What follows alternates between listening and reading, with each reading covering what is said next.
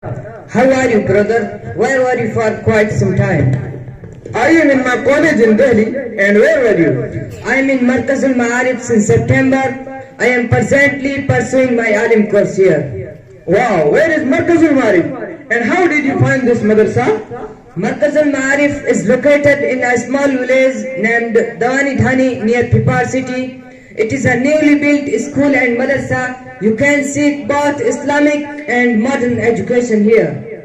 Great to know this.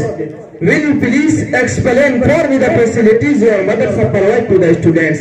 And how many students are there in your madrasa? There are more than 100 students study here. They learn here pure Islamic values and learn Arabic and English language. Madrasa provide them good and healthy educational here, atmosphere and many basic requirements.